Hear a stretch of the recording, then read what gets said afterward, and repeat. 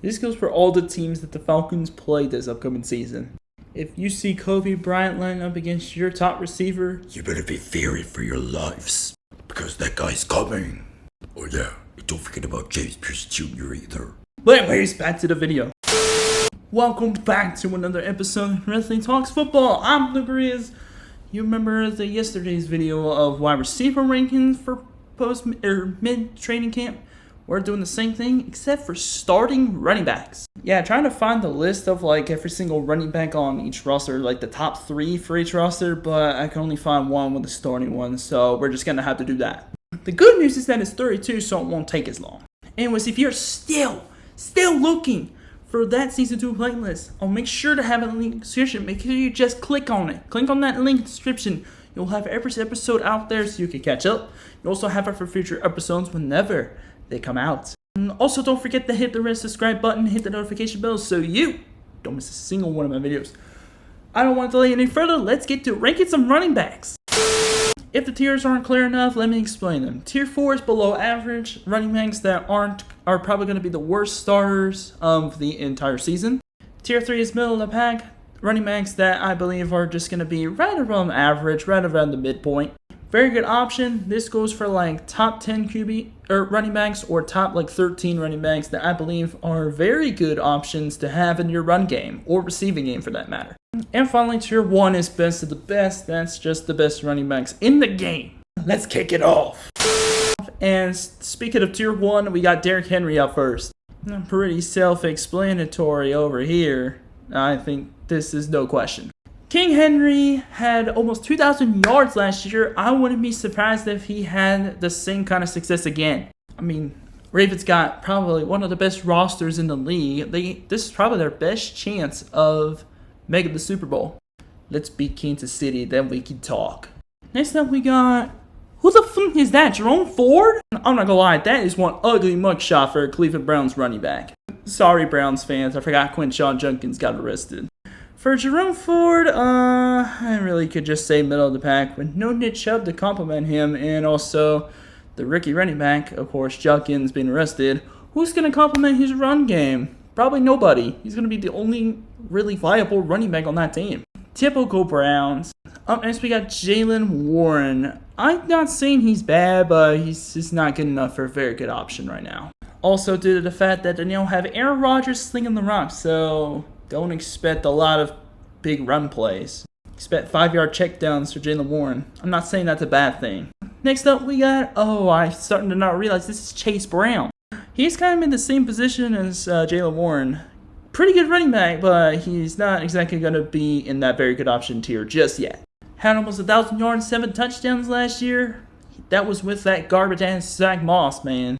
I'm sure Chase Brown will do pretty significantly nice. At least he'll be a good complement to the passing game that Bengals always like to run, especially with Jamar Chase and T. Higgins and Mike Gesicki. I'm just now starting to realize this is by division. So next up is the AFC East. So now we got Devon Achane. Easily, and I mean easily, very good option. He's actually a very good running back. Ever since he went on that Dolphins team, ever since he went to the NFL, he's been a very viable running back for that Dolphins team. It just sucks their QB situation is not looking great. We got Tua Tagovailoa, but if he gets hurt, the decision comes down to Zach Wilson and Quinn Ewers. Ouch. Up next, we got James Cook. I think it's pretty self-explanatory to call him a very good option. That guy's a beast. 1,000 yards, 16 touchdowns. Apparently, he wasn't 100% that past season, so I can only imagine how he's going to do while he's full health, 100%. This guy's a monster, and this guy is the reason I'm regretting putting the Bills in 3rd place in the AFC East just last year. Don't worry, James. I learned my lesson this year. Up next, we got Ramondre Stevenson. I still think he is a solid back, but right now, I got to put him in the middle of the pack. Besides Drake May and sometimes DeMario Douglas, Ramondre Stevenson has actually been pretty, pretty consistently average as of late for the Patriots. Even at their lowest point with one of the worst rosters in the league, he still managed to find a way to make an impact on that Patriots team. I feel sorry that he's playing for New England. At least now they got Mike Vrabel that can use his talents the right way, kind of like what they did with Derrick Henry in 2020, I think. I'm sure he'll have a much better season than 800 yards and 7 touchdowns. And of course, finally we got Breece Hall. Kind of the same thing as Chase Brown and Jaylen Warren. Right now, he is at the top of the middle of the pack. It's just not quite there. A very good option yet. I'm sure a lot of people were pissed about taking him so high just for him to underperform. It was just an underwhelming season, and it was also because he's on the damn Jets. You can't trust Jets running backs. Unless, of course, you're Breece Hall for 2023. Or maybe even LT in 2010. Dean Tomlinson, y'all forgot he was on the Jets. Moving on to the AFC South. First up, we got Joe Mixon of Houston. No doubt in my mind that he is a very good option. He's been a very good option his entire career. Whether it's the running game or the receiving game, he's always going to find a way to make an impact on his team.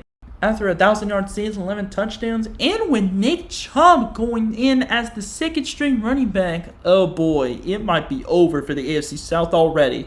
That is if Nick Chubb can get over his bad leg injuries. I feel so bad for Nick Chubb, man. Has some really good seasons, but unfortunately injuries have just ruined his prime. Next up, Jonathan Taylor. Okay. Yeah, that's pretty self-explanatory as well. One of the best backs in the game is not even close. Besides Michael Pittman and Alex Pierce, he's pretty much the whole entire Colts offense.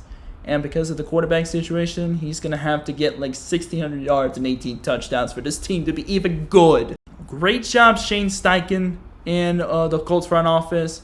You really messed up now. Moving on, we got Travis Etienne. I still think he's a solid running back, but right now he's on the high end of middle of the pack. Dude, I'm not going to shit on Travis Etienne. He had a bad season, but people forget that he had two over 1,000-yard seasons rushing, or at least scrimmage yards. I still think he is a solid running back. It's just the offensive line got a little worse, I guess. It was a rough season, and now he's behind Tank Bigsby. If Tank Bigsby would have been there, I would have put him a very good option, I'll be honest with you. Or maybe same thing with Travis Etienne, high end and middle of the pack. Or either low, very good option, or high middle of the pack was where I would have put Tank Bigsby. And finally, for the Titans, we got Tony Pollard. I gotta be honest with you, this may make people scratch their heads, but I am going to put Tony Pollard in middle of the pack. Sure, he had 1,000 yards on probably one of the worst offensive showings in the league this past season. And now Cam Ward's out there, they're gonna feed him to the fucking wolves, aren't they? I feel very bad for Tony Pollard in this situation. He's got a rookie quarterback that he's got to deal with now. He's had two, what I would believe, pretty average to below average quarterbacks on his team, which is going to suck for a while. It's just now that he's going in as a running back one, it's just a lot of pressure is being put on him right now and Calvin Ridley. Not his fault, it's just a rough situation in Nashville. Moving on to the AFC West. First up, Ashton Jeanty. Ashton Jeanty was Boise State's highest draft pick. Could be too early to judge him now. I could regret it, but I'm going to put him a very good option. One of the best running backs in college football last year. I mean, he had 29 touchdowns, over 2,000 yards. Like, he was competing for Barry Sanders' rushing records for a long time. And now he's taken over an offense that desperately needed a running back because Samir White couldn't run for shit. At least with the passing attack led by Geno Smith, Jacoby Myers, and Trey Tucker, and maybe even Jack Beck, and Brock Bowers, I almost forgot about him, maybe it could take some pressure off Jeanty to make a huge impact his first year. Next up, we got Kansas City's Isaiah Pacheco. Somebody we call Pikachu, and he's middle of the pack. I don't think he's a very good option right now. Running back room is pretty mid. Receiving room, too injury prone and unproven. Unless you're Travis Kelce before your decline. It's just a rough roster haul for Kansas City, but even with a bad offensive look, they could still have a good defense, a good quarterback, a good head coach, and still make a damn Super Bowl. Next up for the Chargers, we got Najee Harris, and yeah, he is so underrated. I'm putting him a very good option. I'm very sure this guy has had 1,000 rushing yards every single season he's been with Pittsburgh. And now he's on the Chargers, which, I gotta be honest with you, I do believe that he is going to be one of the best backs in the AFC West. Maybe even top two.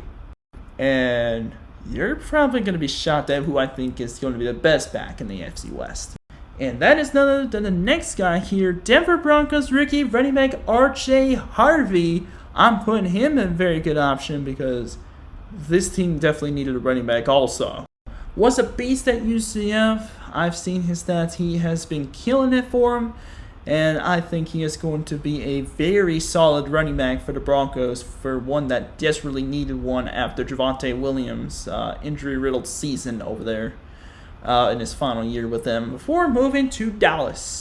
I'm not saying Javonte's terrible. I'm saying that he just had some bad luck this year. Injury-riddled season, and unfortunately, it's probably not going to get better for him. Well, I guess he has the Great Wall of Guyton, or Tyler. What is it called? The Great Wall of Tyler? Yeah, Great Wall of Tyler. Hopefully they can do something. Moving on, the Vikings, Aaron Jones. He is most definitely a very good option. Was great in the run game. He was solid in the receiving game. I mean, he helped Sam Darnold become a Pro Bowler. I mean, you can't get any better than that. Now with J.J. McCarthy, the pressure's really on Aaron Jones and sometimes Jordan Mason as well to get the rushing game going for him. Expect a lot of carries out of the backfield and expect JJ to, kind of play it safe at first, but when he starts to get more experience, able to dot defenses up. Up next, we got DeAndre Swift. Unfortunately, I got to put him in middle of the pack also. It's not that he's bad, it's just not as good as the very good option tier. I mean, he did have almost 1,000 yards and 6 touchdowns. It's just, he's not exactly as good of a running back as people could say. I mean, ever since he left Detroit, he's been kind of sort of an afterthought. He did have a solid season in Chicago, though. Don't get it twisted. Looking at this list, I'm going to have to make some changes here. I just put 3 guys to below average. They're like just below average, not quite middle of the pack, but they're just some of the worst starters on here on paper. The guys I just put there are Mondre Stevenson, Travis Etienne, and Jerome Ford. Let's move on to Jahmyr Gibbs, and yeah, like almost 2,000 yards, all-purpose yards. He deserves a spot in the best of the best. Let me tell you, when healthy, Detroit's running back room is loaded with talent. The bulldozing David Montgomery, the flashy and speedy Jahmyr Gibbs. I mean, you cannot go wrong with that running back core. As for Jahmyr Gibbs, he is pretty much one of the more talented than the other. Up next, we got Josh Jacobs. I think he is a top 10 running back in the NFL. I'm putting him on the very high end, a very good option. Had a really good season rushing the ball with the Green Bay Packers, and he was a very good complement to the passing game by not only Jordan Love, but also Malik Willis for a couple games. By the way, it's nice to see that Malik Willis revived his career. Hopefully he gets a chance to maybe take over as a relief quarterback very, very soon. Not sure. But you can't deny that Josh Jacobs has been killing it this just that past season. And I think he's going to continue to wreak havoc on the league.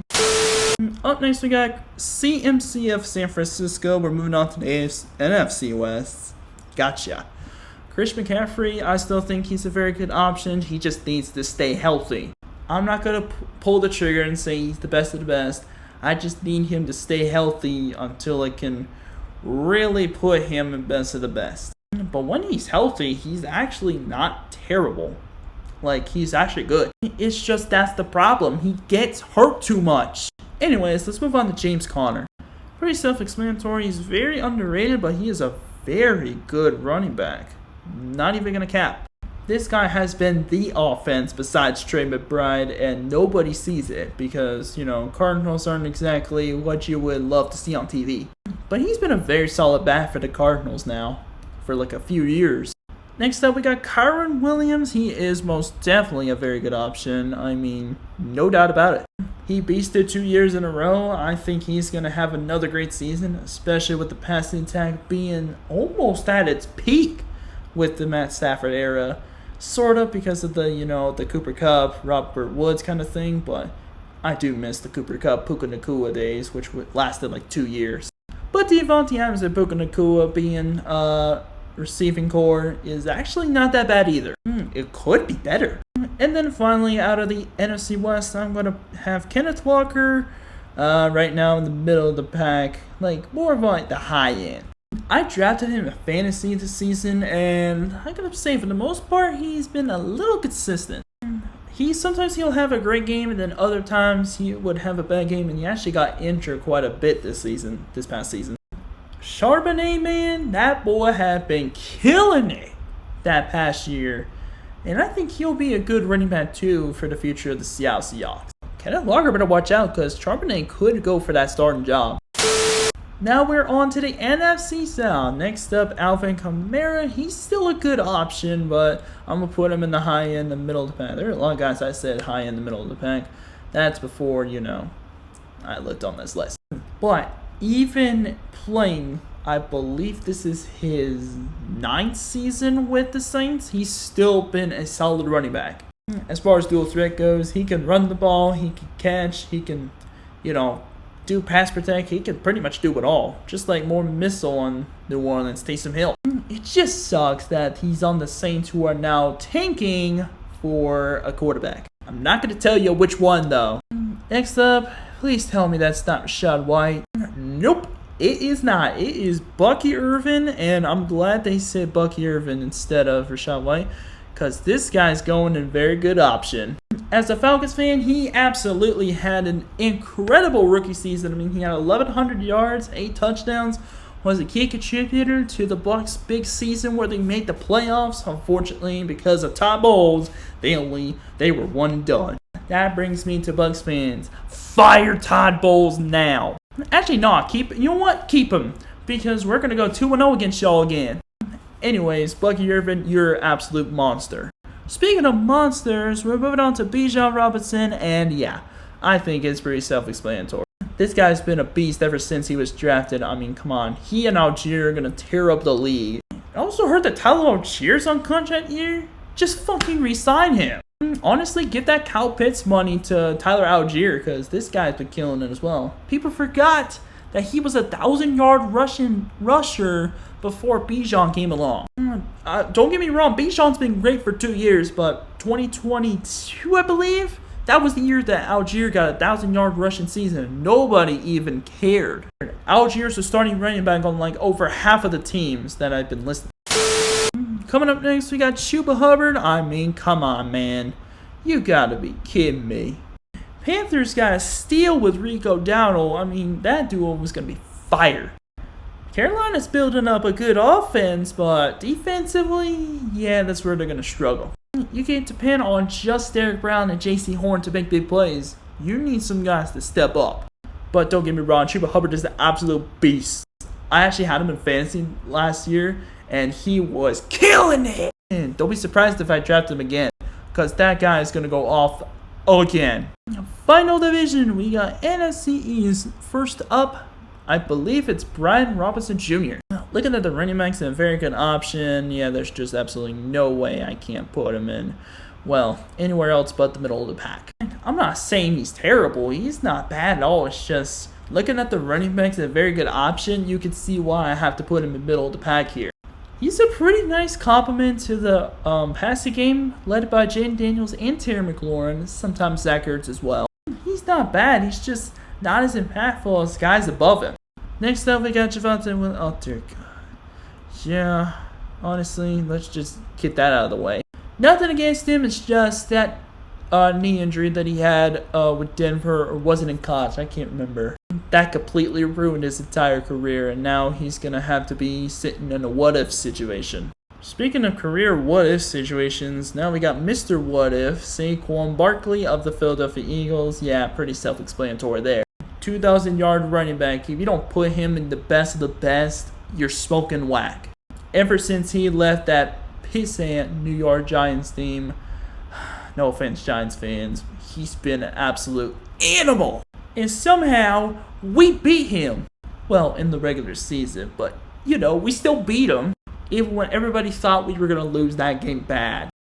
Primarily because of Nick Sirianni's attempt to beat Dan Campbell. And the final running back we got is Tyrone Tracy. Compared to the other guys, I honestly just put him in high end in the middle of the pack. Along with Cam Scatterboo, if he was available. Let me tell you, this is a duo for the Giants at running back that is going to be under the radar, that I think is going to explode onto the radar. Tyrone Tracy and Cam Scadaboo, that 1-2 punch, I'm telling you, it's going to be a disaster for NFL defenses. Watch out, America. The Scada Show and the Tracy, I don't have a nickname yet. I'll think of one later, Tyrone. But anyways, that duo is going to be disgusting this year. At least it'll take the pressure off Russell Wilson and Malik Neighbors in the passing game. Unfortunately, their schedule is less than ideal. And that is it for the ranking of the 32 NFL starting running backs for 2025 mid-camp rankings. And that'll do it for this episode of Chrissy Talks Football. If you enjoyed this episode, make sure you give this a big 10 thumbs up. Hit the red subscribe button, hit the notification bell, so you don't miss a single one of my videos. Helps the channel a lot. This is the Grizz signing off for now, and until next time, I'll see you guys later.